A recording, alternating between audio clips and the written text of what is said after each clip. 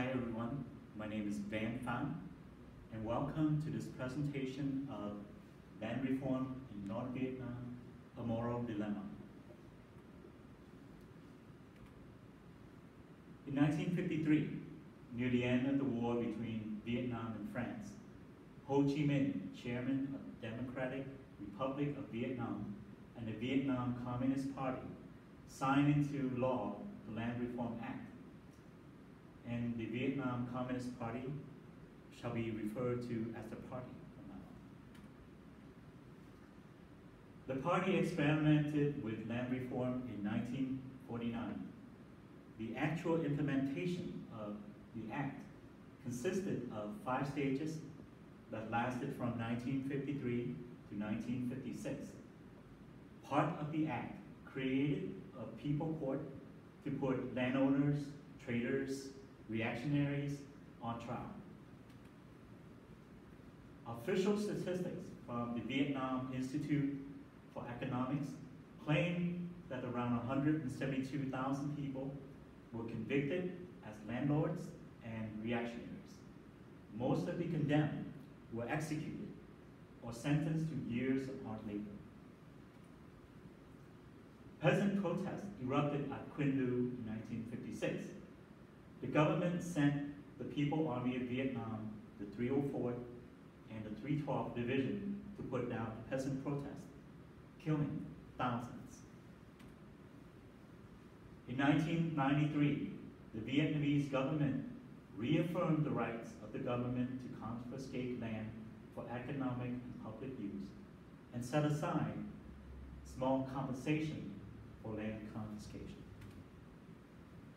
The Vietnamese government seized a large amount of land for building golf courses, resorts, eco park, also known as economic parks, and million-dollar private communities.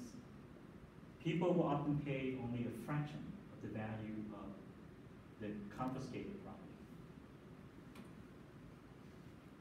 The land reform program in North Vietnam poses an incredible ethical challenge for those who are ordered to enforce it or to support it. Should people obey an unjust law? Is it ethical to take land from others and concentrate it into the hand of a single party?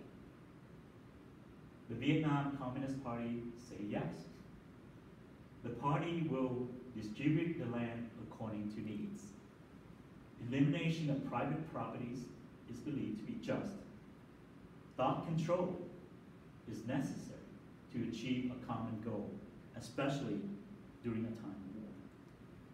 Re-education through hard labor is required to remake those who disagree with the party. And the party believe that the end justifies the means. The end do not justify the means. It is never ethical to kill people and steal their properties.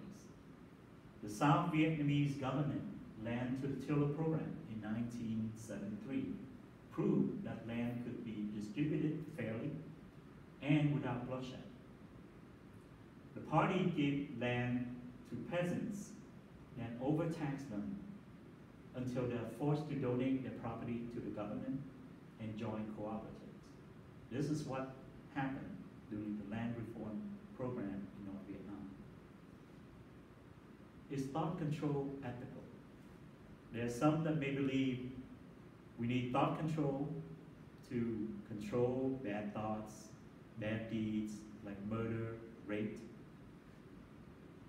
But it is not ethical to turn people into puppets by controlling their morals and their actions for the benefit of a single party. Here we have a case study of the few and the brave, the people who stand up and refuse to obey unjust law. Phan Khoi. Mr. Phan came from a family of great scholars. Phan was an influential journalist, commentator, and translator.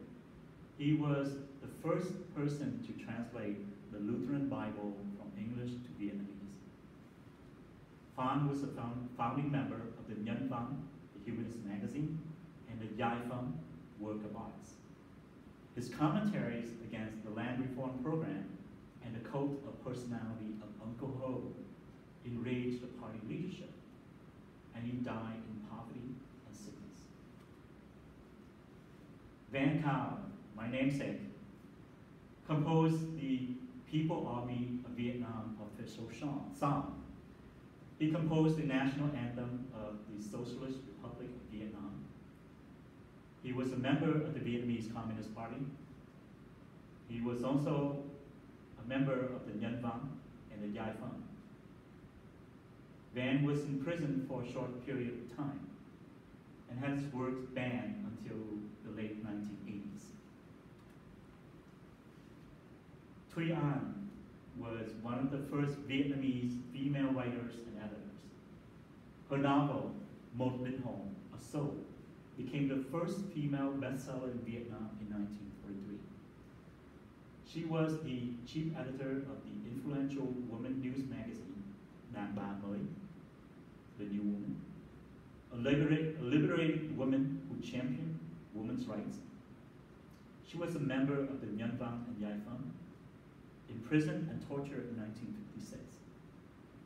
Released from prison and later imprisoned again until 1973. Dr. Chen Đức Thao received his PhD in philosophy at the age of 22. Dr. Chen was only two Vietnamese with a PhD in the 1920s. He published his first book in 1951. His work was published in Jean-Paul Sartre Journal. Dr. Chen returned to North Vietnam and became the Dean of History in the nation's first national university. Dr. Chen was a high-ranking member of the Vietnamese Communist Party. For his association with the Nhân Văn and Yai Feng movement, he was forced to publish two self-criticism publicly and lost his status in the party. Excommunicated by the party, Dr. Chen was allowed to leave for France to treat his illness in the 1980s, and he died in France in 1993. There were those who resist unjust law by changing their situation, by leaving, by running away. One of those persons was my father, Duc Phan. He graduated from the Trung Quốc Tuần Military Academy, one of the first graduating class. The Trung Quốc Tuần Military Academy was the Vietnamese equivalent of West Point. My father was a company commander of the People Army of Vietnam 308 Division, and he was later promoted to an intelligence officer of the Joint Chief of Staff. My father was an active participant in the land reform experiment in 1949. Sickened by what he saw, my father escaped to the non-communist control area. He was captured by the French and sent to Hoa Lo prison until near the end of the war. Hoa Lo prison was also known as the Hanoi Hilton by many of the American fighter pilots shut down in North Vietnam during the war. My father lost everything to follow his conscience. There was a large number of Catholics who joined the communists to fight against the French. Many were led by Father Le Hou Tu. The Catholics later abandoned the communist cause and became an independent force. The Catholic created the autonomous zone in Vu Chu and Phan Thien in 1949. Almost 1 million people leave North Vietnam in 1954 after the Geneva Conference separated Vietnam into North and South. Most are Catholics.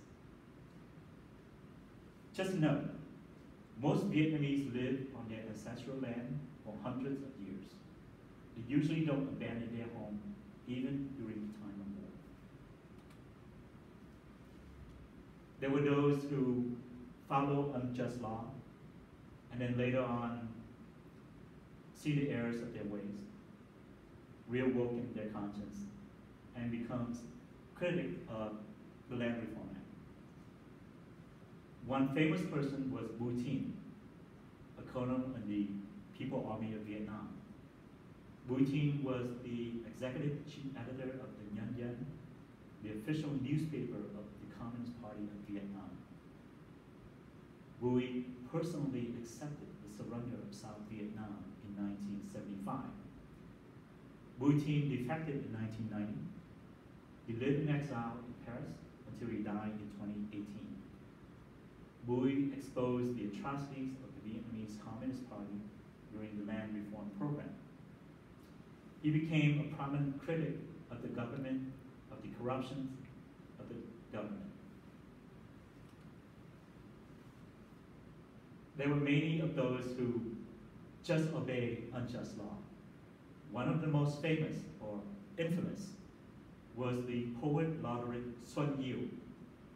Xuân was famous for composing the poem Gửi vợ chồng thằng Thu, in which he condemned his parents as traitors who should be humiliated and tortured to death.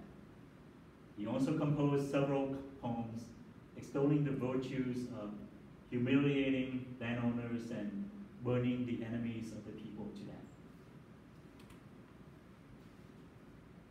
There were also many people in the People Army of Vietnam, the government and the party, who just follow orders.